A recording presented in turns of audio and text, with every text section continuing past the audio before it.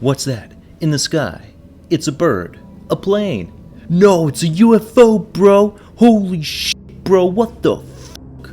Hey everybody, and welcome back to another thought piece by me, your boy, Joe Van. Today we will be going over the topic of aliens.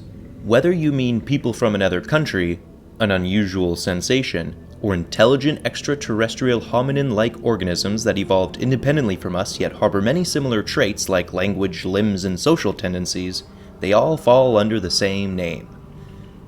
So, where to start? Well, with the word, of course. The word alien in English comes from an older version of French as the same name, which itself came from the Latin word alienus, meaning belonging to another. Believe it or not, but that Latin word came from an older Latin word, the word being alius, meaning other, though you could have guessed that. For this reason, the word is primarily used to describe a foreigner, especially one who is not a naturalized citizen of the country where they are living. For this reason, it was, and is, a term used almost exclusively in a derogatory sense. It would be a long time until that name meant what we now associate it with, the Martians. But alien as a term is also used to describe a plant or animal species, originally introduced from another country and later naturalized. And finally, its other use is to describe a sensation of something being unfamiliar and disturbing or distasteful. We as a species for a long time feared the world beyond our communities. Strangers, uncharted lands, and radical weather patterns breathed the same fear of the unknown in us. When sickness struck, we had no idea what was happening, and that was terrifying. It still is in cases like COVID-19. Viruses and diseases are invisible to the naked eye.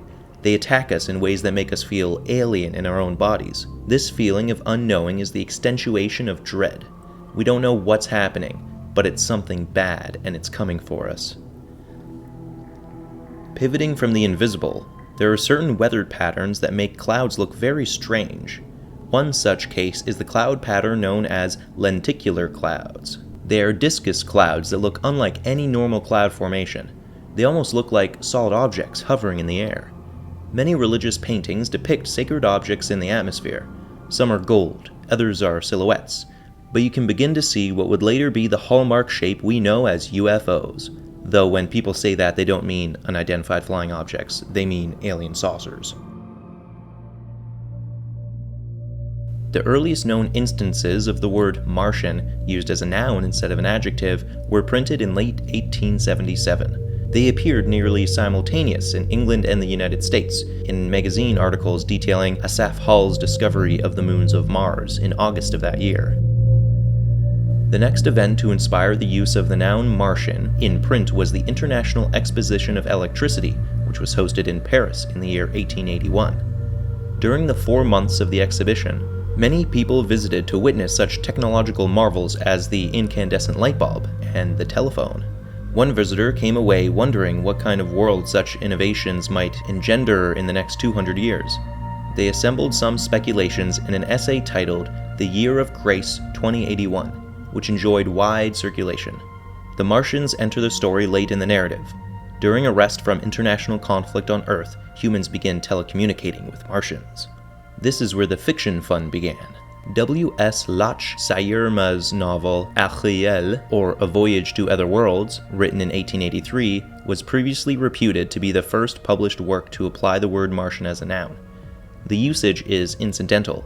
It occurs when Achiel, the novel's protagonist, lands on Mars in a spacecraft called an ether car. This is an allusion to ether, which was once postulated as a gaseous medium in outer space. Alachiel buries the car in snow, quote, so that it might not be disturbed by any Martians who might come across it, unquote. 15 years after Alachiel, H.G. Wells' landmark novel The War of the Worlds, written in 1898, was published. We all know how that one goes. The Martians invade us as octopus-like organisms and tripods before succumbing to Earth's bacteria, wiping them out.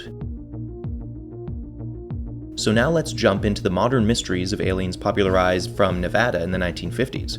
The Roswell incident was an event that brought curious eyes to a now freely available government cover-up. For a comprehensive dive into its history, I recommend the Internet Historian's video titled The Roswell Incident. Regardless of the actual truth, that the UFO in question was actually a weather balloon, the masses were alight with conspiracy theories about collusion between little green men and the American government. Believe you me, there's nothing more exciting than coming across an attempted cover-up and personally following along with a detective to uncover the quote-unquote truth.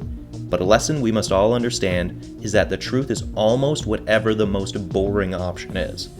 That being said though, our species has done great work to uncover captivating possibilities regarding the potential for there to be extraterrestrial life in the universe.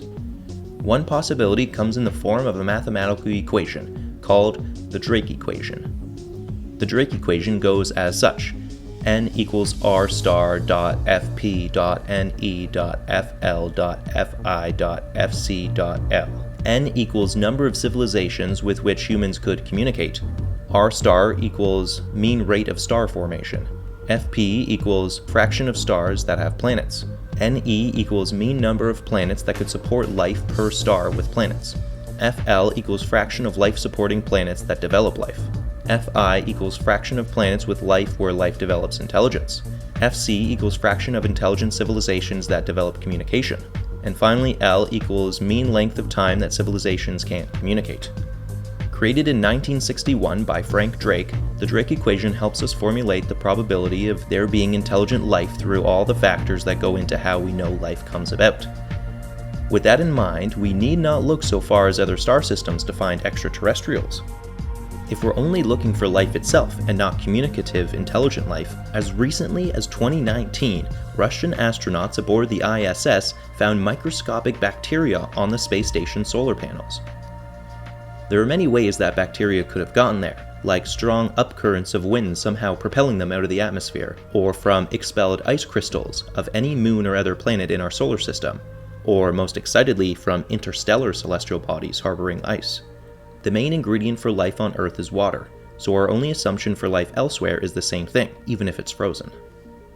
Finally, the last case of aliens we will dive into is the possibility of, if not intelligent, then at the very least advanced extraterrestrial life on other bodies in our solar system.